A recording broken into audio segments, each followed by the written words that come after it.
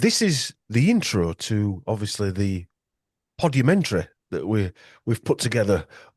The first part, no doubt, of a few, probably going into 2026.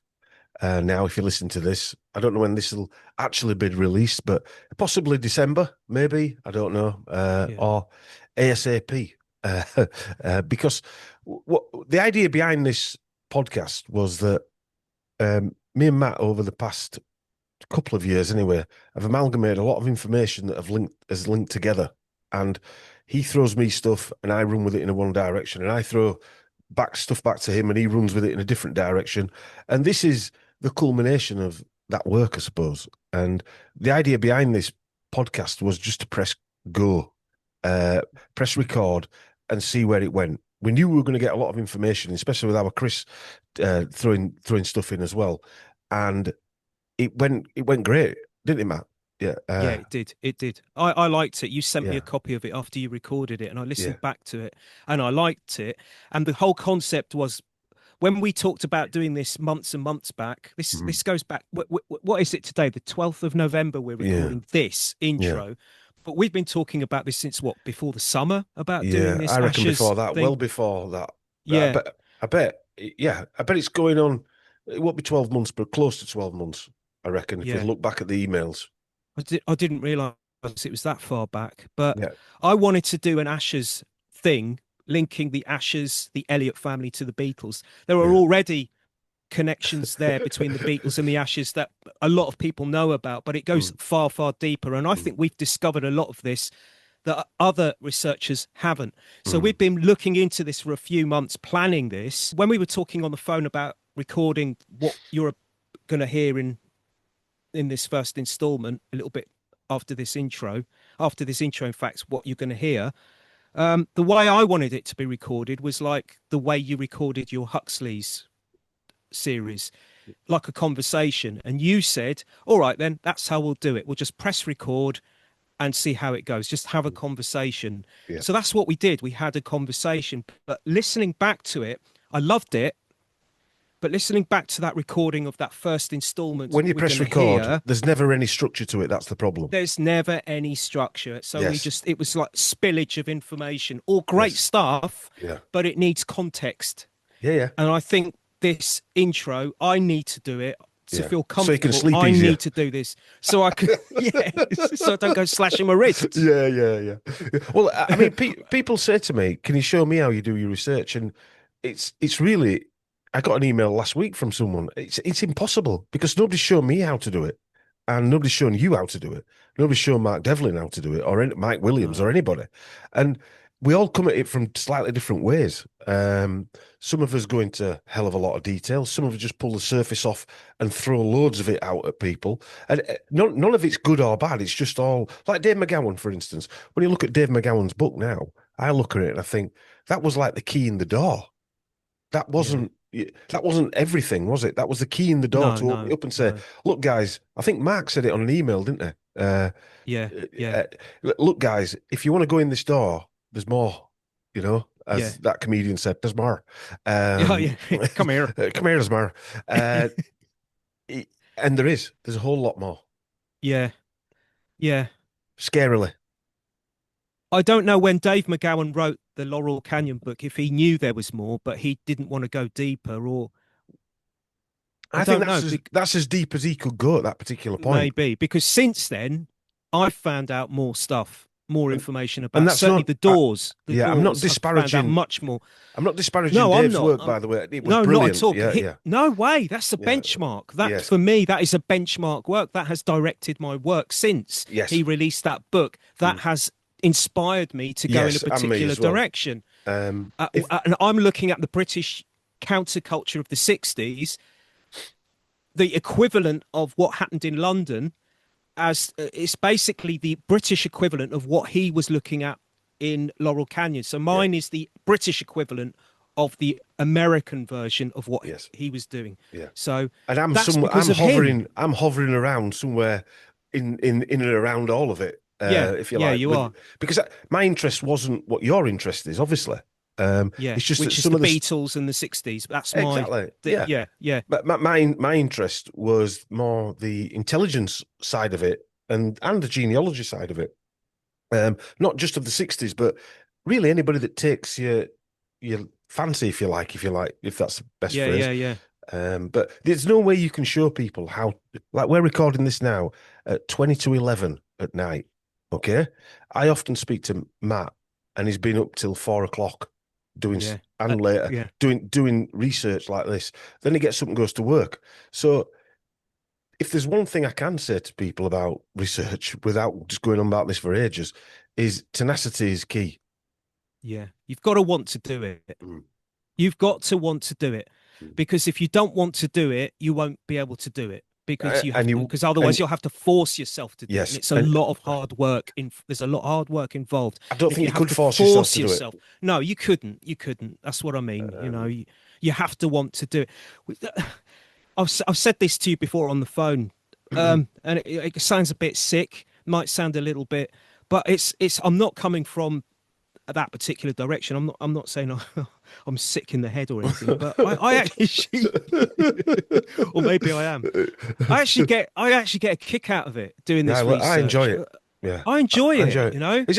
Is that a bad thing to enjoy I don't doing know, because I research? listen to some researchers and they say that they have to go away for a bit. They have to Mm. take a break because otherwise it will bring them down. I've And never I had to see do them. that. I see that. I've never had to do that. Do you know what it is, Matt? I think I some people can handle an amount of information, and even if I have a quiet day and don't do loads, I'm probably unraveling what I've just learned, if you like, and then blur, it comes back out yeah, again. yeah. And we've all got our own ways, but I can't really say I've ever had to step away because it's got too much. No, I More I've had to haven't. figure So something out, which maybe, as opposed to it's got too much. But Yeah, anyway, which is why I sometimes think I'm sick in the head, because I'll see videos of certain researchers speaking on their YouTube presentations, and they say, "Oh, I had to take a break because it was getting too much for me," and I think a lot of people do that. They have to, and I'm sitting there thinking, "But I don't do that. uh, Is there uh, something wrong with me? and again, There, maybe there that's must be something wrong with me." but maybe that's just their way, and that's fine. Everyone's got Yeah, their own way. It's just I know when I was in business, I had a similar attitude. I was uh, tenacious, yeah. And all I've done is since I became ill, when I got ill with Lyme, is change my direction from business to researching health initially yeah, and this stuff, yeah. So yeah, it's just in my mindset, it's the same principle. In business, you were looking for opportunities, and in research, you're looking for opportunities. yeah. You are, yeah, Yeah. yeah. And every Um, time you find a gem, you get a yes. buzz out of it. You do. And you've got to be willing not to find the answer to what you. Yeah. I think that's what fries people's minds, Matt. My wife says to me, "I don't know how you can do what you do, because I've got to find an answer." She's from an accounts background, so 2 + 2 is 4, and that adds up every time, on a sheet of paper. Yeah. Whereas we do research, and we might find all this information that you're going to listen to over the next 2.5 hours, but there's not really a definitive answer. You just, There isn't. every time. Yeah. That's what I sometimes say in my videos when I put something together for my websites. I say in between it, or before I start it, or at the end of it, I'll say, look, I'm just putting together all I've done is put together the information, put it out there, and it's up to you what you think of it Mm. or what you want to do with it. Take parts of it if you want and go off in another direction. Use some of it for your own research, or disregard the whole lot. I'm not here to give you an agenda, basically. I'm not here standing on a platform representing a political view, if you like. Yeah. This is the information I'm bringing to you. Do what with it. Do with it what you will. Sometimes a lot of sometimes some of the articles I put together don't have an answer at the end of it. I'm just saying, look, this is what I've found. What do you think? It Yeah. looks a bit strange. It looks a bit Yeah. dodgy. But Also, I don't get to the end of the article with a conclusion. Do you know what I mean? yes, There isn't a beginning, middle, and an end. There's a yes, beginning, there's definitely a middle, but yeah. there's not necessarily an end, you know? No, also, there's two types of presentation that you can do. You can do opinion based presentation, which is fair enough. There's nothing Fair wrong with that. enough. Nothing wrong with having an opinion. And there's also research where you're searching out certain truths. Doesn't mean to say them truths mean that person's a bad or a good person. It just means that they're the truths surrounding that person. I.e., Ian Fleming's family owned a international bank, and they were an international banking cartel. That's the Yeah. truth. You know, it might not Yeah. be. What we're saying is it's never advertised that that's the truth. Yeah. Yeah. When you read about Ian Fleming, they don't tell you they owned a bank that they sold for £7 billion. They never say that. Yeah. So then you've got to ask yourself, why? Why Yes. aren't they telling you Why? that? You And know, then you link why? all the intelligence connections to that one person and Masonic links and all these other things. Yeah. And you think, well, how can that happen by chance? How does that? Yeah. And that's what we're leaving open for people to decide, I suppose, Yeah. with this research, with Bertrand Russell, for instance, that this when you see that Bertrand Russell and his family were the Dukes of Tavistock, and all the land they owned in or around the area where the Tavistock Hospital that you found out, the Tavistock Hospital The was clinic. built, Yeah. and the clinic and the whole thing. That's got to raise eyebrows, at least in It some. has. Yeah. Yeah. It has to Yeah. do, hasn't it? Yeah. It has to. It's this area in London called Bloomsbury where, well, you'll hear it in the video, the 2 hours, 45 minutes of it, or whatever it is, however long Yeah. it is. Probably about 5 hours after you we finish this intro, short intro. 5 days. Yeah. You'll find out. Yeah, you'll find out what links Bertrand Russell to Tavistock and all of that, and London, and a particular area of London called Bloomsbury, where a lot of the '60s British counterculture movement was born from, and was when it kicked off, when it And became ironically, big. it wasn't born in the 60s, it was born in the 50s. Yeah, Yeah, really. Even before that, even beyond that. Sort of the roots were probably even before that, the seeds of it, I should say. But what you were saying before about why hasn't Ian Fleming, why didn't Ian Fleming or anyone connected to his family or his associates ever mention this banking background? You'll find in the video to come and in subsequent episodes, when you look at the links that link the Elliot Asher family to the Beatles, why haven't they ever mentioned any of these links that we're going to mention? Yes. Why haven't they? Some of them you could probably say, well, we know why they didn't mention that because it's a little bit dodgy. But there's certain other elements where you think, well, why haven't they ever told us this? Why haven't they said anything? You know, why haven't they told us about this particular aspect of the Beatles that links to the Asher or the Elliot family or in the somebody story, else? it's quite important, isn't it? You know, It's quite important. You think, and if they've got nothing to hide, why not just say it? You know, why not say haven't it? they said anything? Yeah, why have they left it to idiots like us 60 years later to sitting in our little, sad little dens, coming up with it? What, is this what it needs for it to come out? And if so, why? Why won't they tell us? Why didn't they tell us? Why isn't it important that the Eliots actually had their own lodge? Yeah. Why isn't that important to tell people?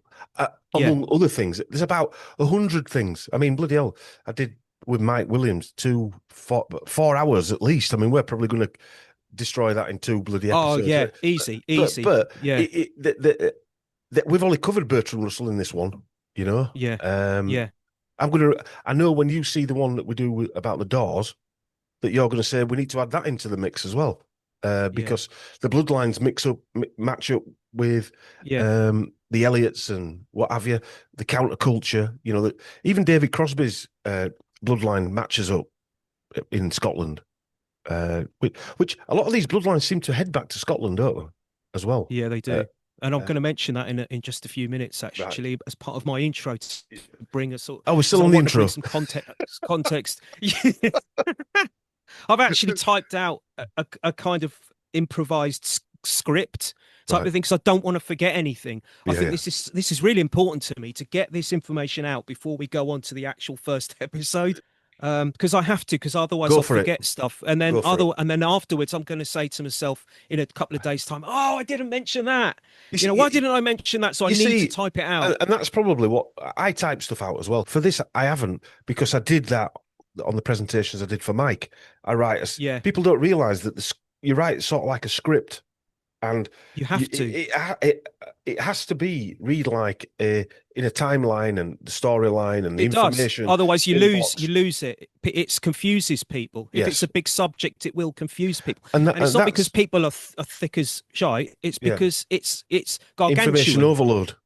That's It why. is. It's information overload. Also, and that's Overload. why when I present my the documentaries, Gareth called them documentaries, so I'll stick with that one. I Yeah, don't they mind that. are. Yeah, they Um, are. They are. I like to put the information and add the video in. So when we're talking about a subject, I will put the proof up on the screen. Yeah, I tend to do that with a lot Yeah, of my videos yeah. as well. Yeah, This yeah. video took me 8 hours to put together. This video Wow, took me 8 hours. that's quick. That's really good. Normally, Yeah. when I put one together, it takes me it takes about I can't believe four that. months. Yeah, but it took me. It took me. No, you can't Yeah, really. yeah. It took me about 8 hours. I did it. I did that one and the doors in the same week. So Yeah. that took me about Wow. 6. The doors were a bit shorter because it. So last week I did both of those. I wanted to get them out of the Yeah. way. Well, Um, the Doors one would have taken shorter because I had nothing to do with it. yeah, but yeah. But that's that. But only a couple of hours short. But that's why. That's Okay. because when my brain's going, I can't stop it. It's just Yeah. going, you know. And Yeah. Yeah. I know you know what it's like. But anyway, all right, Yeah, I crack on do. with your Okay, so your basically, intro. We're only 20 minutes in. yeah, only 20 minutes. Okay, so basically, this Asher series that we're about to watch, well, in about 5 or 10 or so minutes' time, is the first installment. And it's basically a collection of connections that some might put down as merely, quote unquote, Coincidence. coincidence.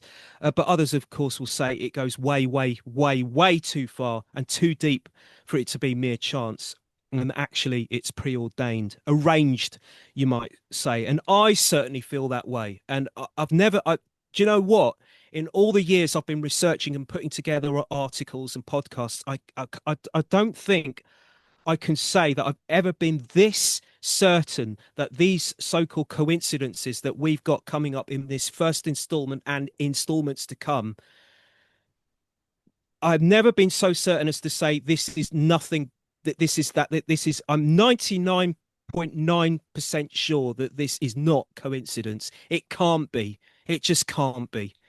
Um, so as I'll mention, you'll see us in the early parts of the first installment talking about a sketch that I've drawn, literally a pencil drawn sketch of a wheel, and the middle part of that wheel is basically the entity that is the Beatles.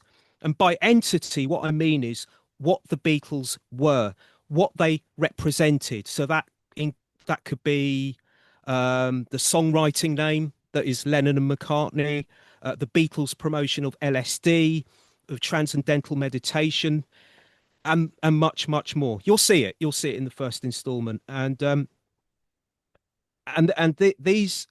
So you've got in the middle of this wheel, you've got the entity that's the Beatles, and then you've got these spokes coming out, these representations, as I say. So these are the spokes of that wheel that essentially created what was and what we regard to be the Beatles, and what helped to make the 60s, the 1960s in the so-called Western world, what it was and how we perceive it today. And a lot of that lives on to this day. We feel the effects of it in our society today.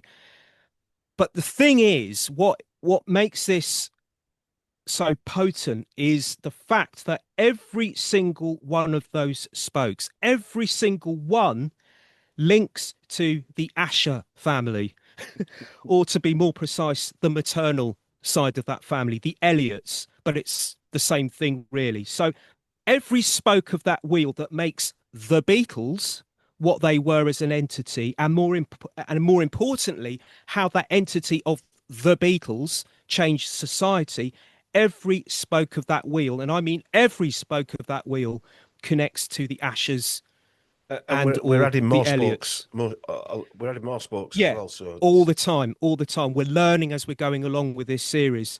So just we sound a like little bit AI, of possibly AI, aren't we? yeah, yeah. Someone's actually Well, said that. Someone actually said I was a bot. Someone right. said to Mark Devlin after I was on one of his shows, he said, "Are you sure that Matt Sergiou isn't a bot?" Because Yeah. I was just coming out with so much information. And Yeah. that is the weirdest thing I've ever heard. Yeah. Um, okay, so a little bit of a I know this might sound hard to believe because I know that probably the vast majority of people watching this or listening to this will know who the Ashes are and what their connection is to the Beatles, like the surface level of that. There is, of course, we're going to go deep, deep, deep, and there's going to be a lot of stuff that people aren't aware of.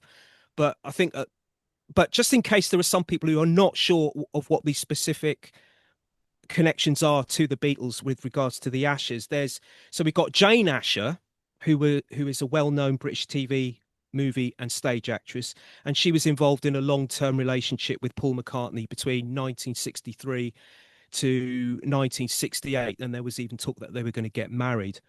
And between 1963 to 66 or thereabouts, he lived with her at her family home at 57 Wimpole Street in London. And that's important. We've got to make note of that because that is something that's going to be talked about in later episodes.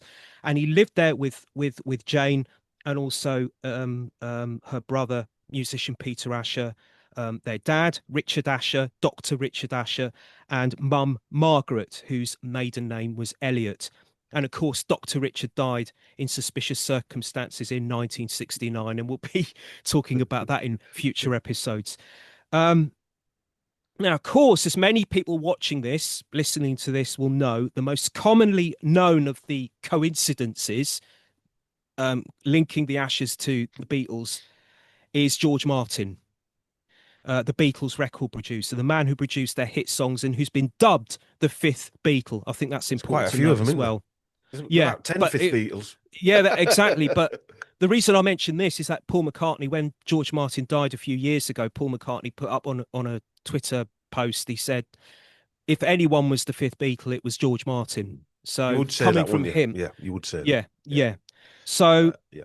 now here's the coincidence, quote unquote coincidence. Here's one of them. This is the most well known one, but I'm just putting it out there just in case there's anyone listening to this who's not aware of it.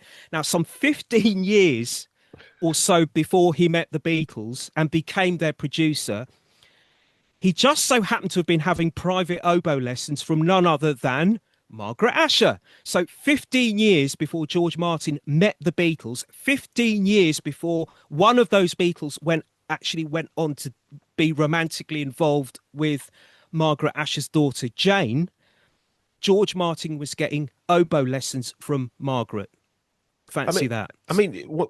when you read that, I mean, that alone should ring alarm bells, Yeah. because the coinc the law of averages says that that just can't happen.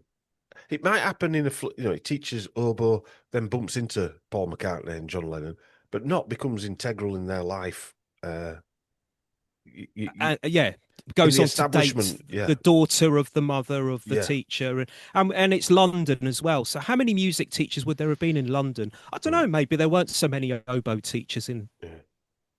I I mean, it's can't see quite a that. Yeah, I would have thought there'd been a few floating about. But anyway, yeah. Anyway, that alone should set alarm bells. But that is yeah. out there. That's a quite a well-known That's one, isn't out it? there, yeah. So as I said before, most people who look into this, who are interested in this subject, will know this already. But I'm just putting it out there just in case there are some people listening to this who are thinking, what's the point of this series, this gargantuan series these guys are doing?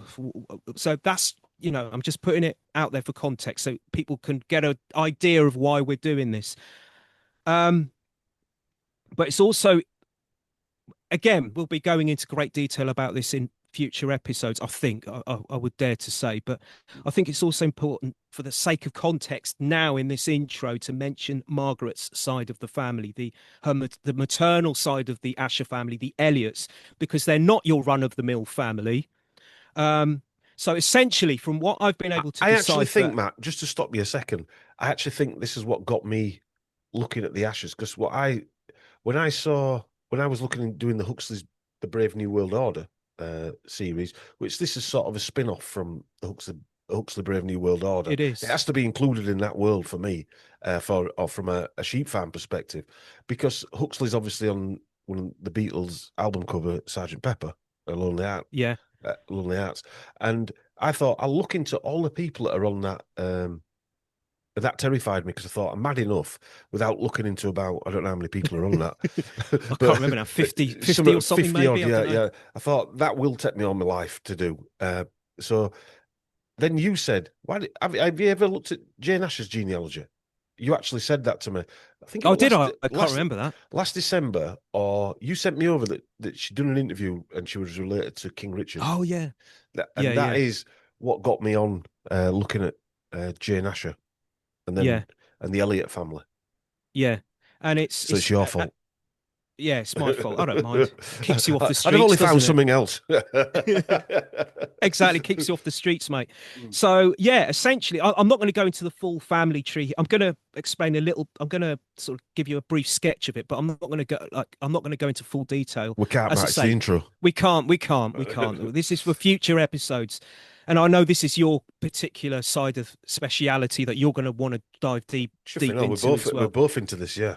Yeah, yeah, I suppose. But this is more your thing, sort of family trees and stuff. If I send you over what I've done, like we did with the Boyds, you'll probably run off in another direction with some of the stuff. Yeah, yeah, yeah. Which is worrying in its own right, to be honest with you. Yeah, Because yeah, and I'll get onto them in a minute actually as well. yeah. The boys got to mention them because they do connect. So basically, from what I've been able to decipher with regards to the Eliots, and this is actually according to the Eliots themselves over the generations in books that they've researched and written about their own family line. So this is a lot of this information I picked out is according to them.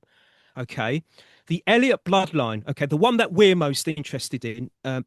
And that we're going to be focusing in on mostly, I think, is the British bloodline.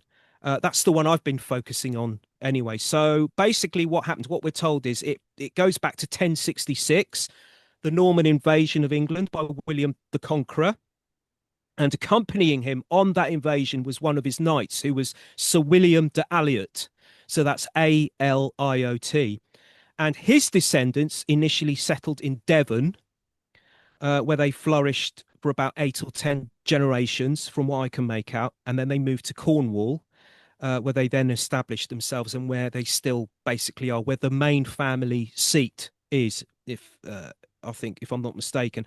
And Peter and Jane Asher's mum, Margaret Elliot, derives from this particular family line. So, and it's an important line as well. It's not just hugely, and I'll get to that in a moment, because this is not some run of the mill family. But as well as the English Eliots, you kind of touched on it earlier, as well as the ones that have settled in Cornwall, there's the Scottish Eliots. Now, some say that the Scottish Eliots are unrelated. They've said that that they're unrelated to the English line, that they're actually the Eliots in Scotland are actually named after a village that's there. However, other sources say no. The Scottish Eliots and the English Eliots are actually blood related, with their roots going back to that knight, Sir William de Aliot, who came over with William the Conqueror. And this is actually according to some of the Eliots that have looked into their own bloodline in various books that you can find online. You can find these free online. You can read them for yourself. So even their family, the Eliots in England, have said, no, the Scottish line is connected. So here we go then. Not your run-of-the-mill family by any shot at all, however far you throw the ball. So, quick rundown of the Cornwall Elliot line, the direct descendants of Jane and Peter Asher. So, the Cornwall Elliot line, from what I can make out, it began in 1620 with John Elliot of Port Elliot in St. Germans in Cornwall. Now, Port Elliot was a priory that the Eliots purchased in St. Germans, and they named it Port Elliot. So they bought it and gave it that name. John Elliot was born in 1590. He was educated at Oxford, surprise, surprise, knighted in 1618, and he was a member of Parliament in Britain. So he was an MP, a British politician. More MPs followed in subsequent generations of the Eliots, and eventually the Eliots of Cornwall were made into earls and barons as well. Um, there were also Eliots in the line between the 17 and 1800s who worked closely within British government as well as being members of Parliament. You tend to find in that era, them eras that you've spoke about, from 1066 up to that 18th 17, century, 1800s, yeah. that if they had 3 or 4 boys, one would be the inline to inherit the earldom or the dukedom. The other one would go into politics. One might go into the military or go into religion. So what they're doing is they're covering all the control bases. Or one might even become a philosopher, quote unquote philosopher, or an professor. intellectual, or an artist or something like that. But just one example of there's Edward Granville Elliot, Earl of St. Germans, born in 1798. So he was a former MP. He was also, here we go, a Lord of the Treasury, Ambassador to Spain, Postmaster General, Chief Secretary for Ireland, and Lord Lieutenant of Ireland. So quite a resume. And then there was Edward James Eliot, and he married the daughter of William Pitt, the British Prime Minister, between 1766 and 1768. So, yeah. And William Pitt owned Chatham House, I think I remember. Was it Chatham House? Yeah. Oh, interesting. Yeah. It just never stops, does it? No, Bloody never stops. And I think this is a good point here to mention another lady who was romantically involved with a Beatle during the 60s and who features in this wheel that we're going to see, this sketch, this wheel. And she comes under the subheading of meditation. So where you see the spoke in my sketch where it says meditation. You need some colouring pens as well. Yeah.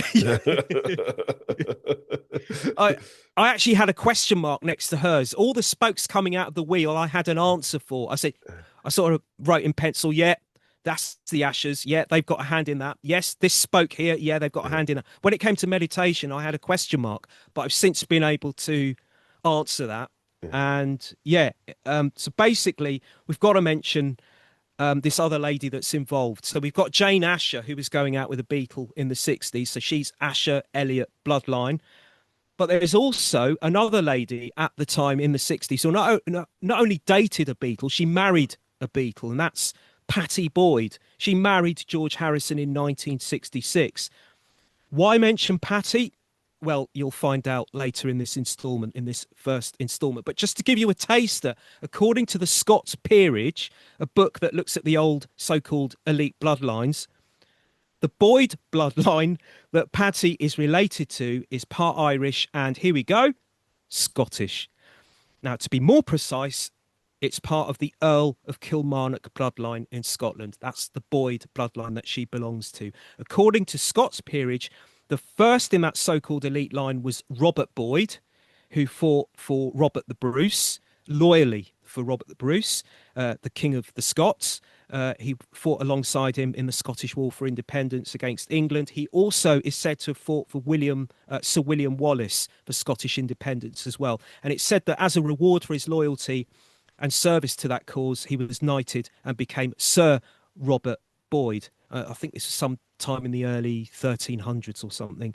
And later generations of the Boyds were made lords and earls, especially of Kilmarnock in Scotland. Yeah. Another name we'll be mentioning is T.S. Eliot, the American-born poet, because according to none other than Jane Asher herself, she's actually said that T.S. Eliot was related to her mum, Margaret. Now, you said that Margaret Eliot and T.S. Eliot were cousins? Yes, cousins, yes. Well, they're cousins, yeah? Yeah. Okay. And he was also a friend of British so-called philosopher Bertrand Russell, who's the key figure in this first installment to come. So you've got T.S. Eliot. I think T.S. Eliot actually lived with Bertrand Russell. He did. He did. Yeah. They lived together in Bloomsbury in London, giving the game away a little bit. No. I'm going to it's all going to come out.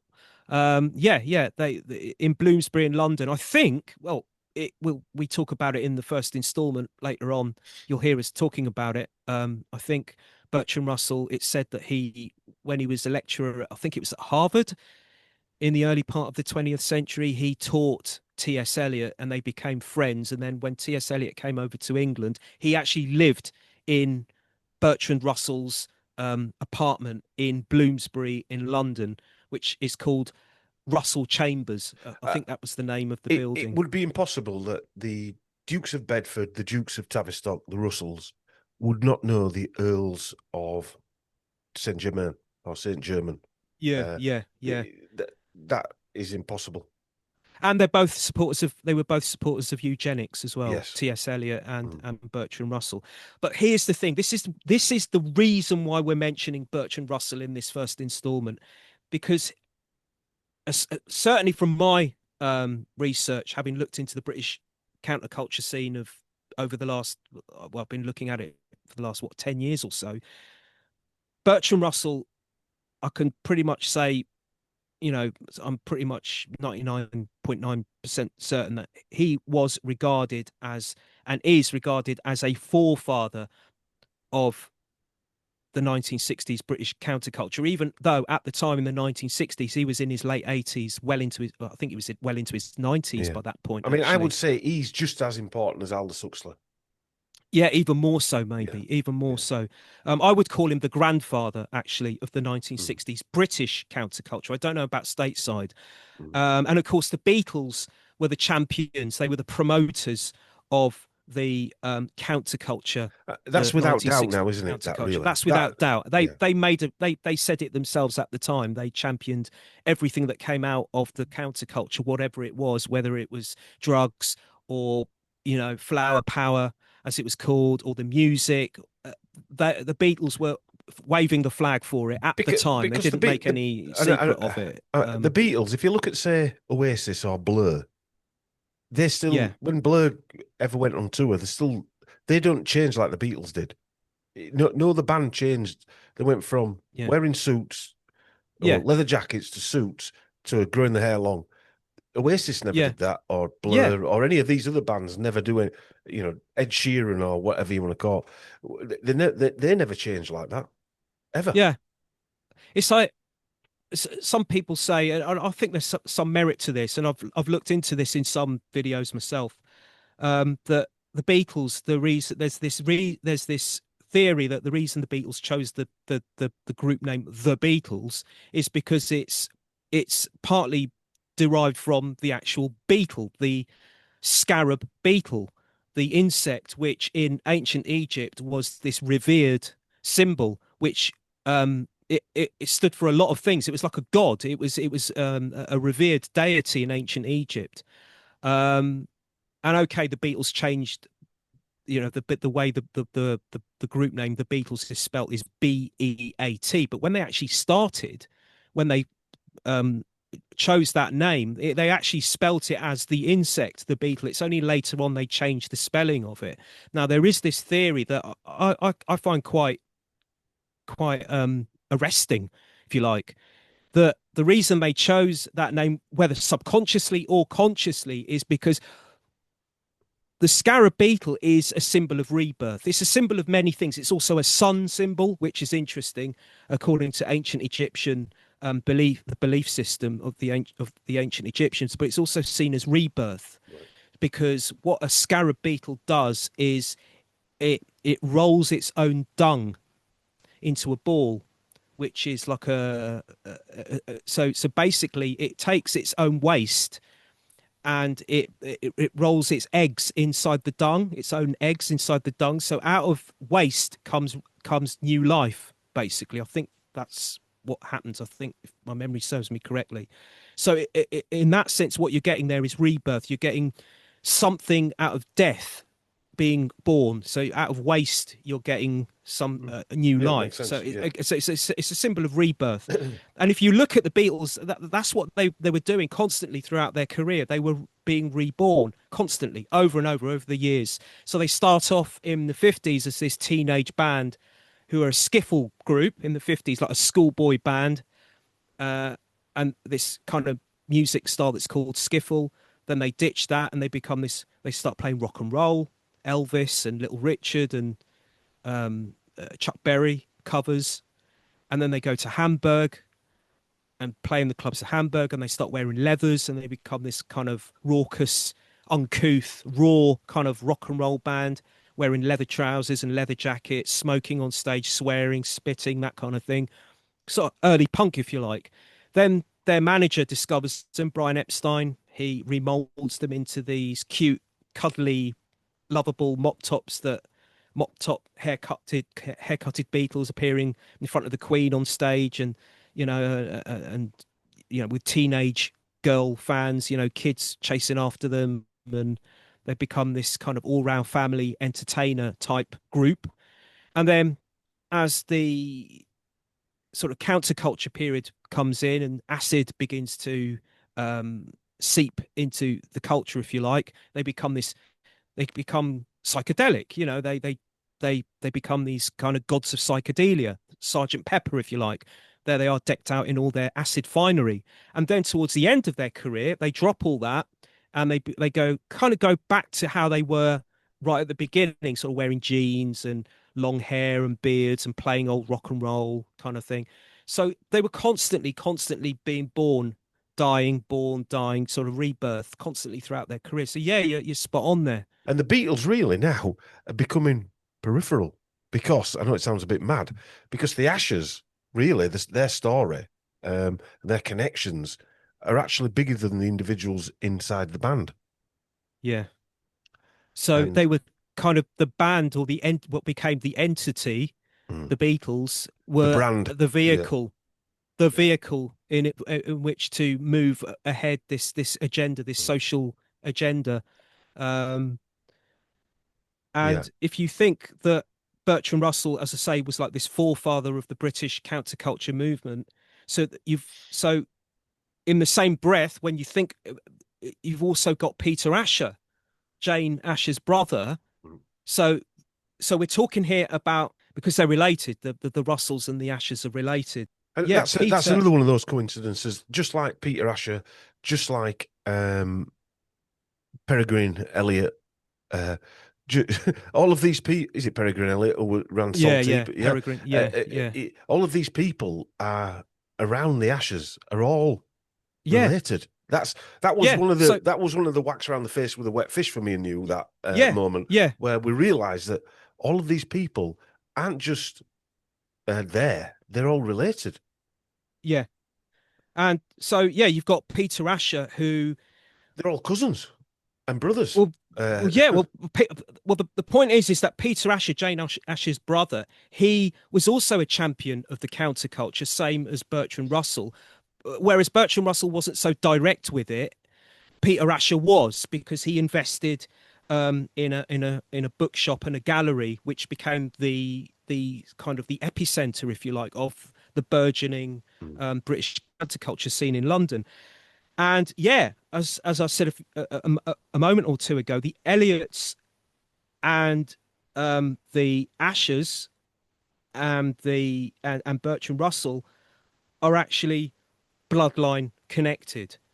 And I drew you a sketch ages and ages ago, because sometimes when you're looking at genealogy, you'll know this, Dom. When you're putting together the genealogy of someone that you're trying to trace their genealogy, and you're doing it online, and you find something, and you think it's difficult to keep abreast of it, because you find something on a website, on a page, and it says so and so, that's his brother-in-law, and that was his wife.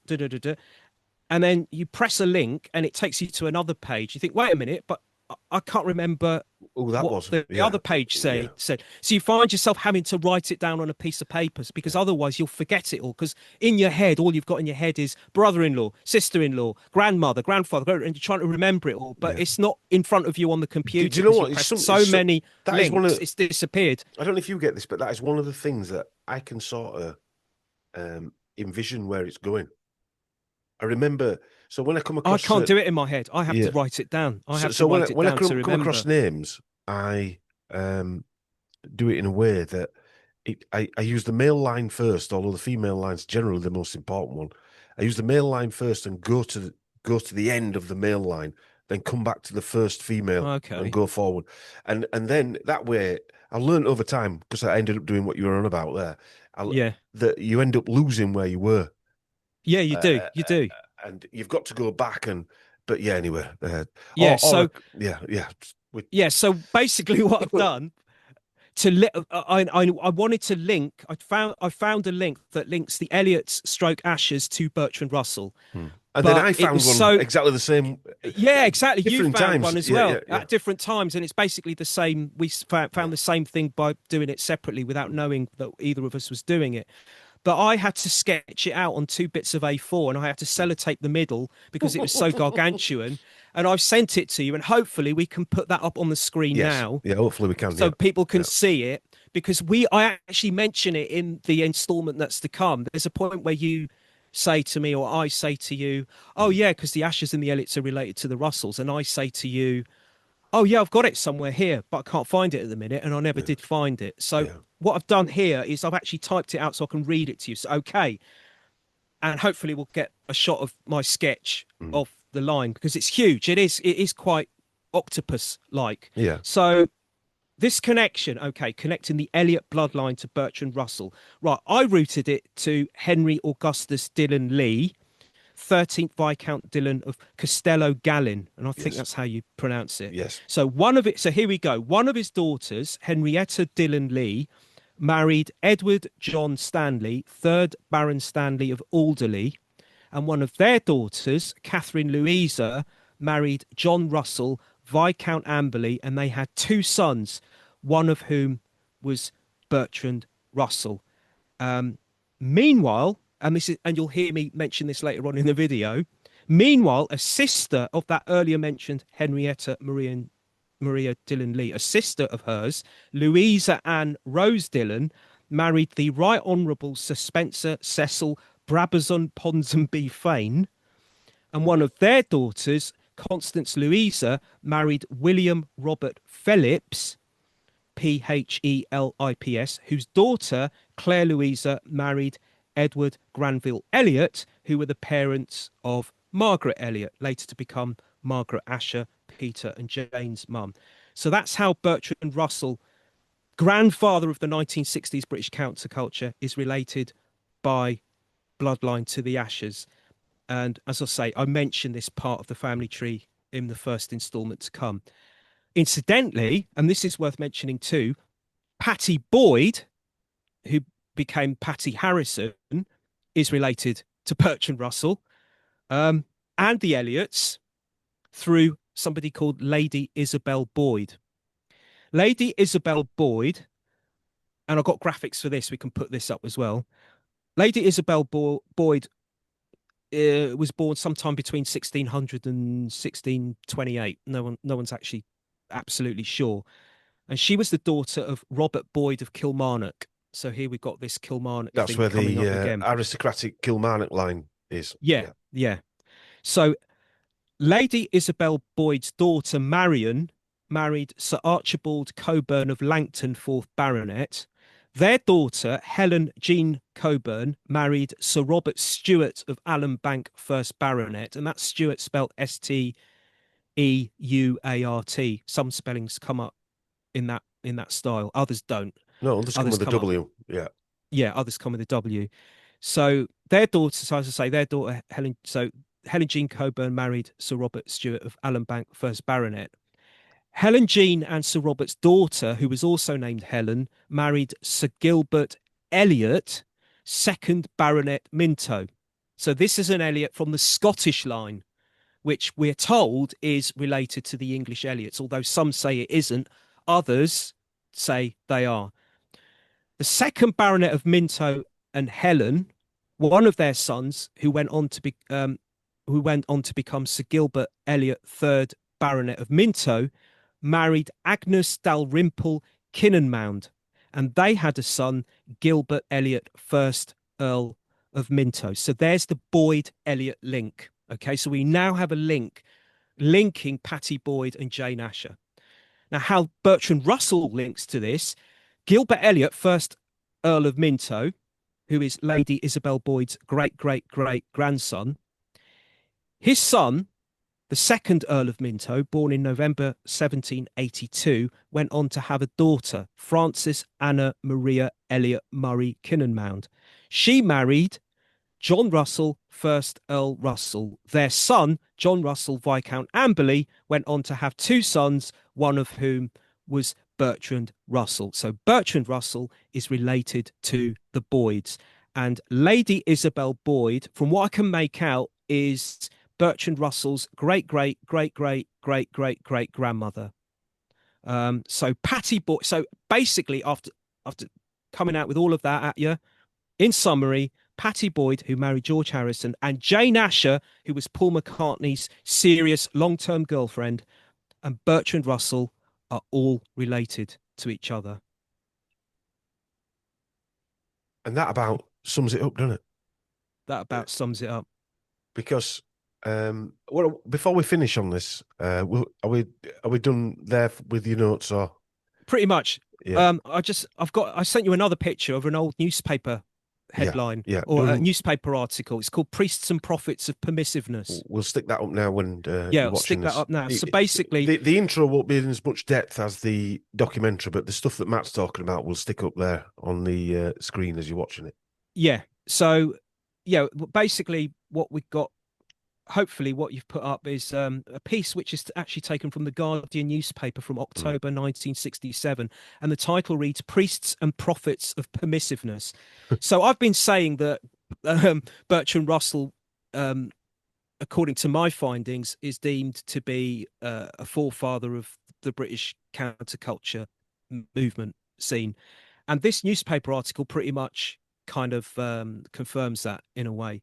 So as you can see from the newspaper headline, Russell is deemed to be a priest and a prophet of the so-called permissive society of 60s Western culture. So the permissive society, so what we're talking about here back in the 60s was the loosening attitude towards sexual behavior, family values, childbirth, marriage, drug use, and so on. And if you look at this newspaper piece from The Guardian, so you've got Bertrand Russell, who is deemed to be a priest and prophet of permissiveness, his name sitting alongside Bob Dylan, the Beatles, and also a guy by the name of John Hopkins, who was John Hoppy Hopkins, who's someone I've looked into in great depth. And he was essentially and is essentially regarded as the de facto leader of the British counterculture movement. He was the man, whenever something happened within the British counterculture scene, let's say, for example, a nightclub event or a new kind of collective that was pushing the 60s counterculture movement, he was the man that was effectively making it happen. He was the go-getter. He was the doer, basically. And if you ask anyone who was involved, any key mover and shaker from the 60s counterculture scene, one of the key people, they will all say to you effectively that he was the key mover and shaker. So John Hopkins, the Beatles, Allen Ginsberg, Bob Dylan, they're all in this Guardian article, and many other names as well. And there, slap bang right next to them, is Bertrand Russell. So that's the regard he was given even back in the 1960s. As this was going on, this was the regard that Bertrand Russell was given. His importance in the whole 60s movement, in Britain.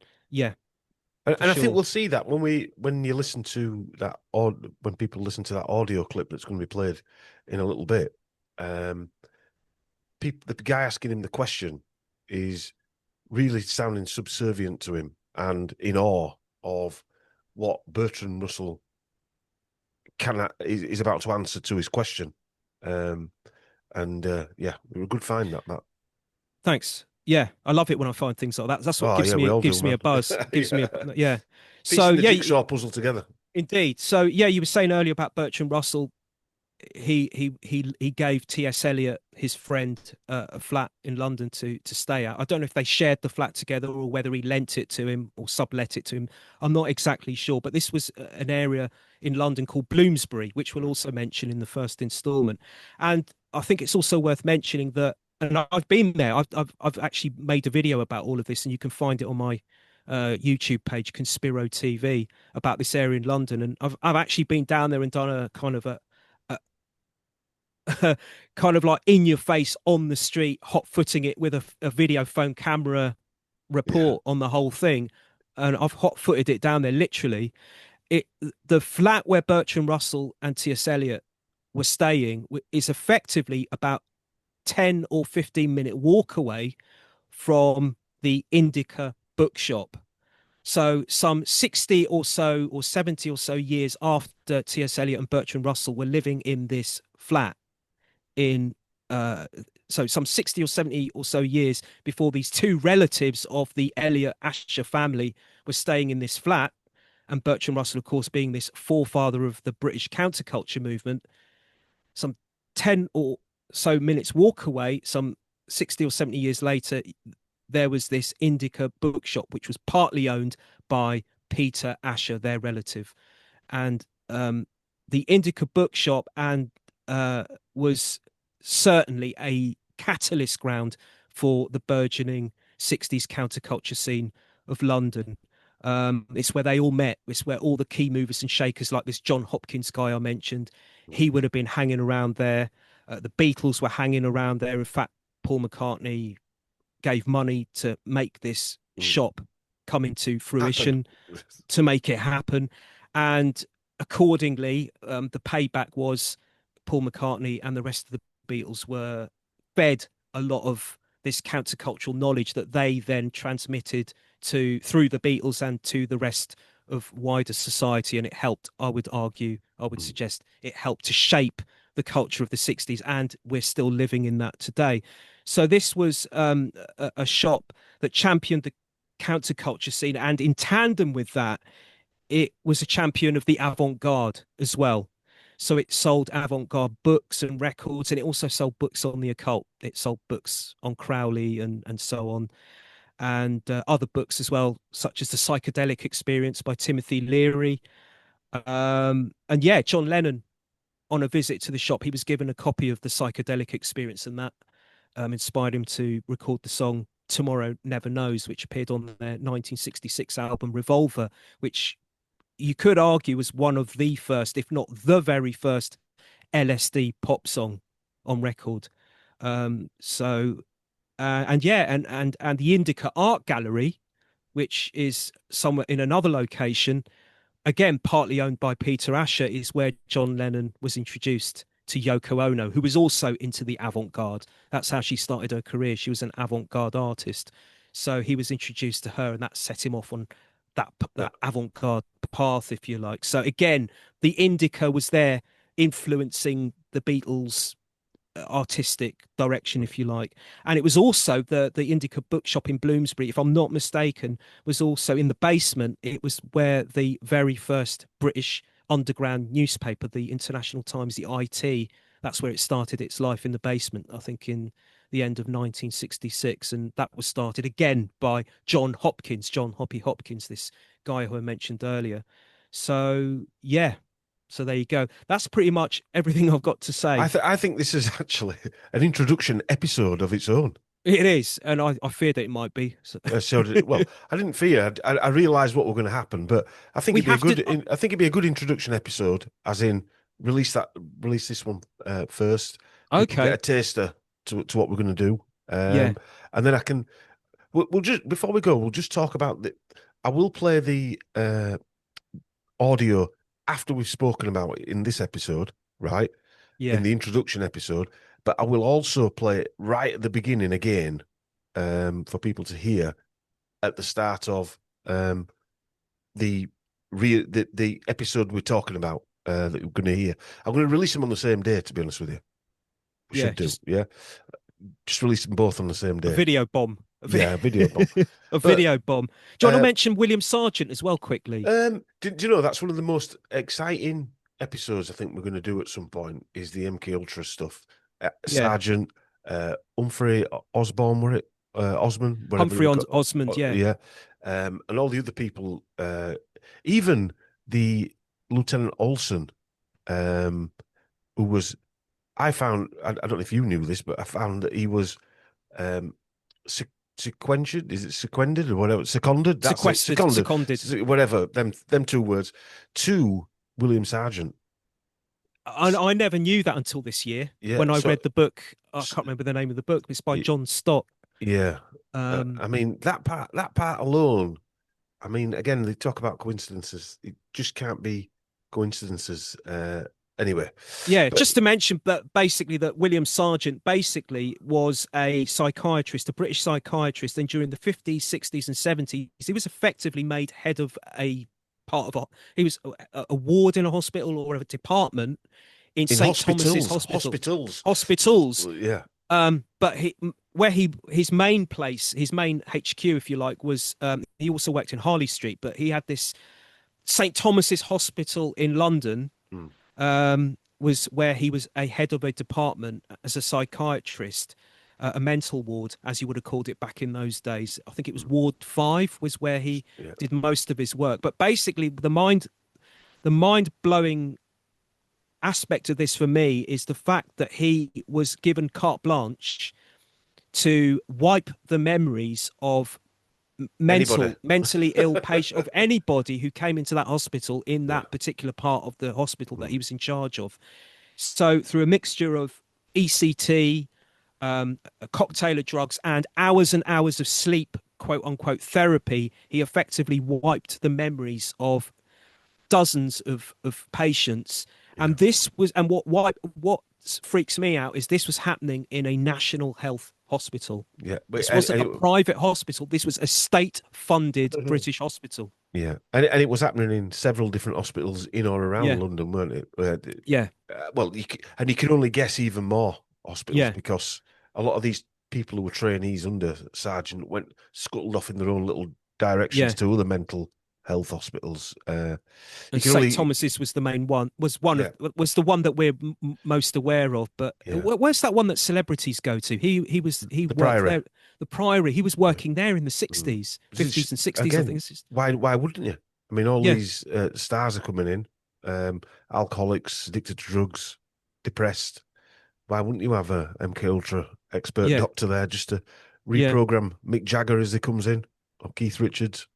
Or Marianne I'm not saying he did. I'm not saying he did. I'm just using that as an example. Well, Brian Epstein, the Beatles manager, Brian Epstein, stayed at the Priory shortly before he died. Right. So, sounds like Jack Ruby. But anyway, that's another story. Yeah.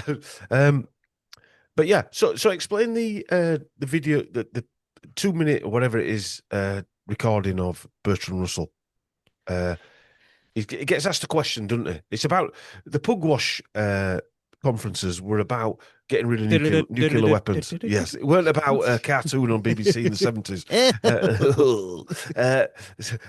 It was about the what's it, a conference?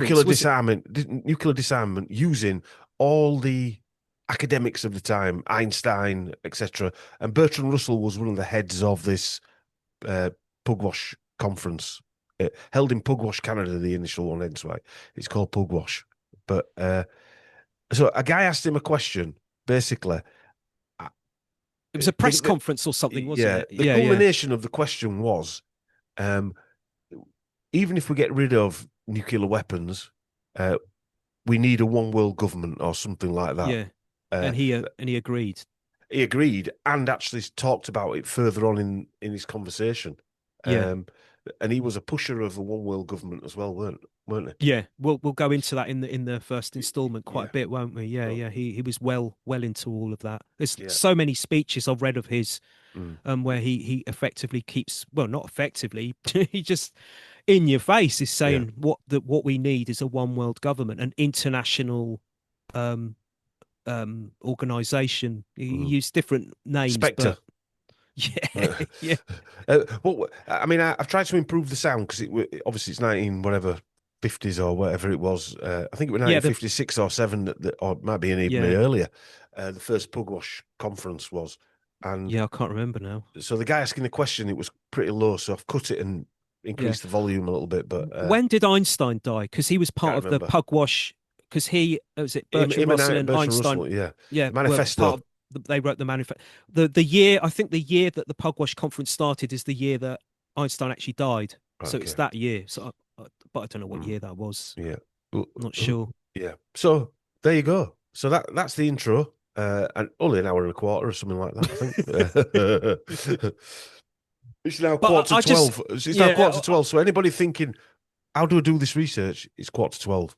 Yeah, and I'm going to go off and do some more now. Yeah, well, I've been at it all day writing. Well, most of the day writing my book. Yeah. All right, then we'll leave it there. You Yeah. might need to rewind and replay this audio just because the words don't necessarily jump out because it's an old recording going on bloody 80, 90 years old. So it's a bit choppy. Yeah. Okay. Enjoy All the right. recording, and I hope you enjoy the first instalment. Let us know what you think. Lord Russell. Yeah. You say that imperative almost that politics be kept out of this. But is there not a political question that is bound to arise in the minds of the statesmen? Are they not bound to ask, can you envisage a scheme of disarmament and the wiping out of nuclear weapons which would not deliver the free world into the hands of communists as long as men can still fight with sticks and stones, people will say? Isn't the only answer world government? Well, I'm entirely in agreement with you. I don't think prohibiting nuclear weapons in itself is the slightest good. You could prohibit them and have a universal agreement to prohibit them, and they would still be used if ever there was a war.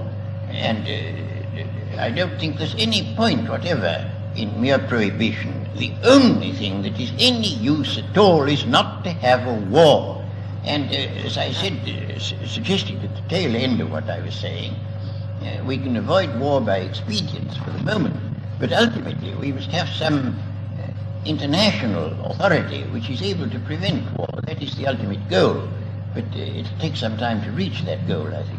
But I do say most emphatically that merely to prohibit nuclear weapons won't get you anywhere at all.